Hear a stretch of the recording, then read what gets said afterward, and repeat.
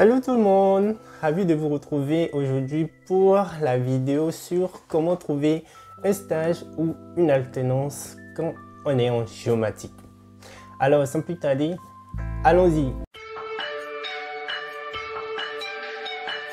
Déjà, je vais commencer par le cadre général. Le stage, l'alternance, ces deux éléments viennent en complément de votre formation. Parfois c'est obligatoire, parfois c'est optionnel. Pour le stage, généralement ça vient vers la fin de votre année universitaire. Et l'alternance, ça commence au début, ça suit le même cours que votre année universitaire.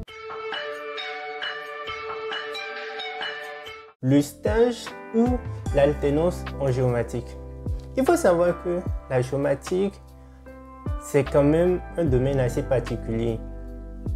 Beaucoup de personnes pensent que trouver l'alternance surtout, c'est le parcours du combattant, mais je dirais en géomatique, c'est pas vraiment le cas parce qu'il y a beaucoup d'offres sur l'alternance en géomatique. Donc, je vais diviser la vidéo en deux parties. Une première sera consacrée à trouver une alternance et l'autre sera trouver un stage.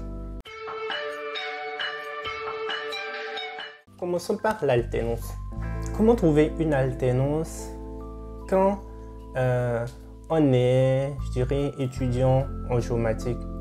Surtout lorsque on entame notre deuxième année en France, vu que, comme je l'avais expliqué, l'alternance n'est pas permise pour les primo-arrivants, c'est-à-dire ceux qui viennent d'arriver en France. L'alternance ne leur est pas permise. Donc, après avoir fait un an en France, vous pouvez candidater aux formations qui proposent de l'alternance et chercher une alternance et tout. Donc, pour trouver de l'alternance, il y a plusieurs moyens. Ici, je vais vous en lister 5 ou 6. Et après, en fonction de votre cas, ça sera à vous de choisir ce que vous voulez. Vous pouvez faire toutes les 6 choses en même temps pour voir ce qui va donner le plus. Donc, on y va. La première chose à faire quand vous cherchez une alternance en géomatique, c'est d'aller sur le site georeseau.net. Georeseau, c'est le réseau des géomaticiens. C'est le réseau où vous avez énormément d'offres sur la géomatique de manière générale, la cartographie et tout. Vous avez je dirais des forums de discussion et tout. Georeseau, c'est le site que le géomaticien doit connaître. Donc, vous allez sur Georeseau, vous allez trouver plusieurs offres. Vous allez uniquement sélectionner les offres qui parlent de l'alternance et les offres qui vous intéressent. Une autre chose que vous pouvez faire, c'est d'aller sur Google et de mettre une alerte sur les mots-clés géomatique et alternance, ou bien alternance géomatique. Comme ça, à chaque fois qu'il y aura une nouvelle offre qui sera publiée, Google va vous envoyer un mail pour vous dire que monsieur, il y a une nouvelle offre de alternance géomatique qui a été publiée. Vous verrez les liens, vous irez cliquer, vous allez voir de quoi il s'agit.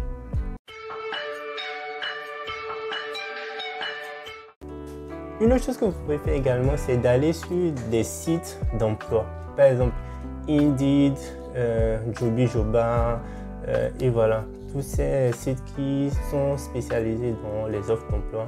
Et vous allez faire, peut-être chaque jour ou chaque semaine, vous faites des recherches sur tout ce qui est alternance en géomatique. Il y a beaucoup d'offres. Moi, je me rappelle, pour mon alternance, je pense que je l'avais trouvé sur Indeed ou sur Google, je ne me souviens plus. Mais j'ai vu l'offre, on m'a envoyé une notification qu'il y a une nouvelle offre qui est disponible. J'ai postulé et une semaine après, j'ai passé mon entretien et ils m'ont gardé. Aussi, vous pouvez aller sur LinkedIn. LinkedIn, j'en avais parlé dans une de mes vidéos, c'est, je dirais, un réseau social pour professionnels en fait. Donc, il y a des gens qui publient des offres sur l'alternance ou bien sur les postes fixes, c'est-à-dire les CDI. Donc, généralement sur LinkedIn, vous pouvez tomber sur des offres comme ça, sur l'alternance en géomatique. N'hésitez pas à vous bâtir un vrai bon profil LinkedIn. Je ne sais pas si peut-être vous voulez que je fasse une vidéo plus tard sur comment faire un profil LinkedIn professionnel pour le géomaticien ou l'étudiant en géomatique. N'hésitez pas à me le dire dans les commentaires, je verrai comment le faire. Une chose que vous pouvez faire aussi, c'est de prendre contact avec vos responsables de formation. Je ne sais pas comment c'est dans les autres universités, mais à CJ, nous avons un forum qui est dédié au master. Donc, nos professeurs, généralement, ils ont des offres que les entreprises ou voilà, des organismes leur envoient. Et eux, ils nous publient directement ces offres-là sur notre forum du master. Donc, si vous cherchez une alternance, un stage, il vous suffit, si vous êtes à CJ, d'aller dans le forum du master et de regarder quelles sont les dernières offres et de sélectionner celles qui vous intéressent. Vous pouvez aussi, je dirais, vous appuyer sur le réseau étudiant. Le réseau étudiant, c'est quoi? Vous cherchez une alternance, vous avez un camarade de classe qui est peut-être dans la même entreprise et qui fait déjà son alternance. Bah, vous pouvez lui demander, est-ce que tu n'aurais pas le contact de quelqu'un pour que je lui envoie ma candidature pour lui proposer de me prendre en alternance ou pas. Donc voilà, n'hésitez pas à le faire. Contactez les étudiants qui sont déjà passés avant vous dans votre formation, peut-être sur LinkedIn ou sur d'autres réseaux, et dites-leur, bon voilà, j'ai vu votre profil, ça m'a beaucoup intéressé, j'ai vu que vous avez fait votre alternance dans telle société. Est-ce que vous savez si cette société-là, elle va recruter des alternants pour l'année qui suit? Vous demandez, et si c'est un oui, ben voilà, vous préparez votre dossier, vous envoyez une candidature spontanée. Et sinon, c'est pas grave, vous passez à autre chose, vous continuez à chercher. La dernière chose dont je vais parler, c'est la candidature spontanée. Une candidature spontanée, c'est simple. C'est une candidature que vous envoyez sans qu'il y ait une offre d'emploi ou une offre d'alternance. Je suppose que vous êtes dans le département du 93 par exemple et vous voulez faire votre alternance dans ce département-là. Il vous faut cibler les différentes entreprises ou les différents organismes publics qui utilisent la géomatique. Pour savoir s'ils utilisent ou non la géomatique, il faut juste aller sur le site internet, voir s'il y a des travaux de cartographie ou voir s'il y a un service qui s'occupe de l'information géographique. Généralement, il y en a toujours. Il y en a toujours. Que ce soit au niveau du département ou au niveau des villes ou au niveau des petites communes, il y en a toujours.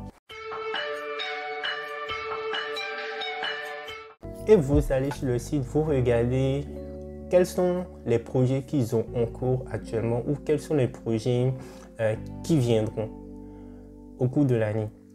Et là, vous allez écrire votre lettre de motivation où vous allez vous présenter, vous allez dire la formation que vous faites et vous allez dire que je me permets de vous proposer une candidature spontanée pour une alternance parce que j'ai remarqué que il y a tel projet qui vient ou tel projet qui est en cours.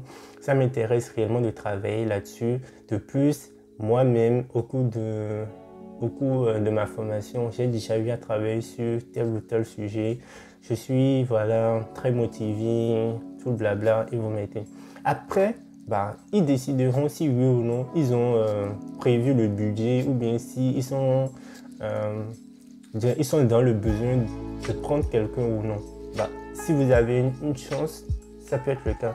Pour la petite anecdote, moi, mon stage de Master 1, je l'ai trouvé comme ça. Et d'ailleurs, ce n'est même pas moi qui ai écrit la candidature spontanée d'abord, c'est une de mes camarades qui l'avait écrite, mais elle a trouvé déjà son stage ailleurs et elle m'a dit, voilà, je te file le contact, si ça t'intéresse. Je dis oui.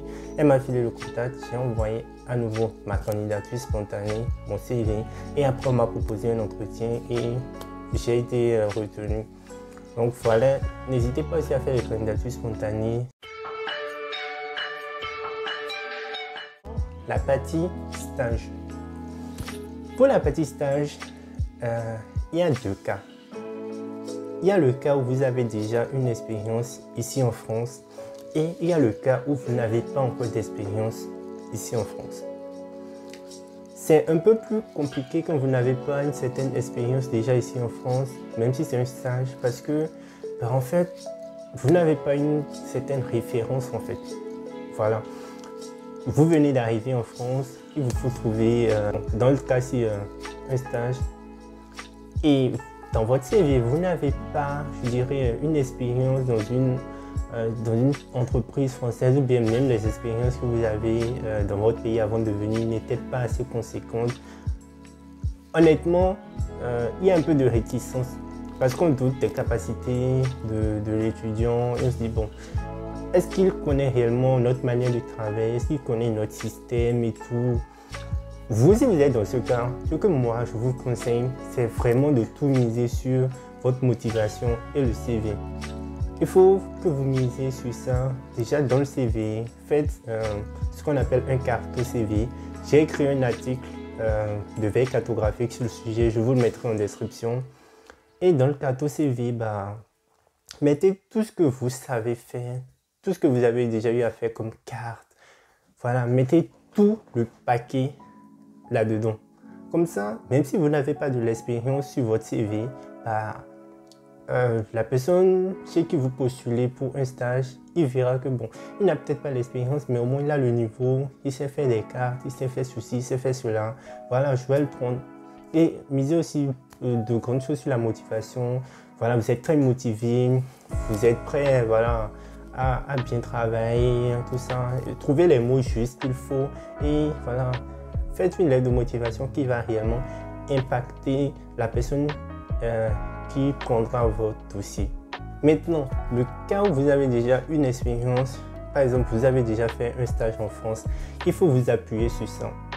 Lorsque vous faites votre lettre de motivation, faites un paragraphe sur cette expérience-là que vous avez eue et comment c'est important, comment vous avez vu que la manière de travailler ici en France, c'est vraiment différent, comment vous avez aimé l'environnement de travail, comment vous avez aimé les missions, la relation que vous avez avec votre directeur de stage.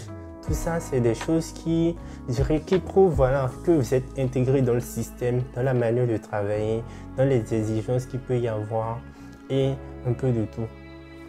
Pareil, pour trouver les stages, il faut aller sur les sites que j'ai cités précédemment, c'est-à-dire GeoRéseau. Il faut faire une candidature spontanée sur le forum. Il faut lancer une alerte Google. Il faut également chercher sur LinkedIn et contacter voilà, via les forums ou les réseaux sociaux d'anciens étudiants qui sont déjà passés par là avant vous. Je vous mettrai en description tout ce qui concerne les liens, faire un carton CV, GeoRéseau, une alerte Google sur une alternance en géomatique et voilà tout. Donc, j'espère que ça vous a aidé. Si vous avez des questions, n'hésitez pas à me les poser en commentaire. J'essaierai d'y répondre. Et on se retrouve prochainement pour que je commence avec les autres sections de la chaîne. Le plus important pour moi, c'était de faire Campus France et tout ce qui est vidéo autour de Campus France parce que la procédure voilà, tire à sa fin et les entretiens vont bientôt commencer. Donc, pour ceux-là qui vont vouloir faire de la géomatique, je vous invite à aller consulter les précédentes vidéos et voilà, à me poser des questions dans les commentaires si vous voulez. Je sais que il y aura toujours plus de vues, plus de questions. Donc, que ce soit pour cette année ou pour l'année prochaine, je vous souhaite beaucoup de courage et voilà, que vous puissiez venir en France pour continuer vos études et trouver une alternance ou un stage en géomatique. Voilà, c'était un plaisir. Au revoir tout le monde.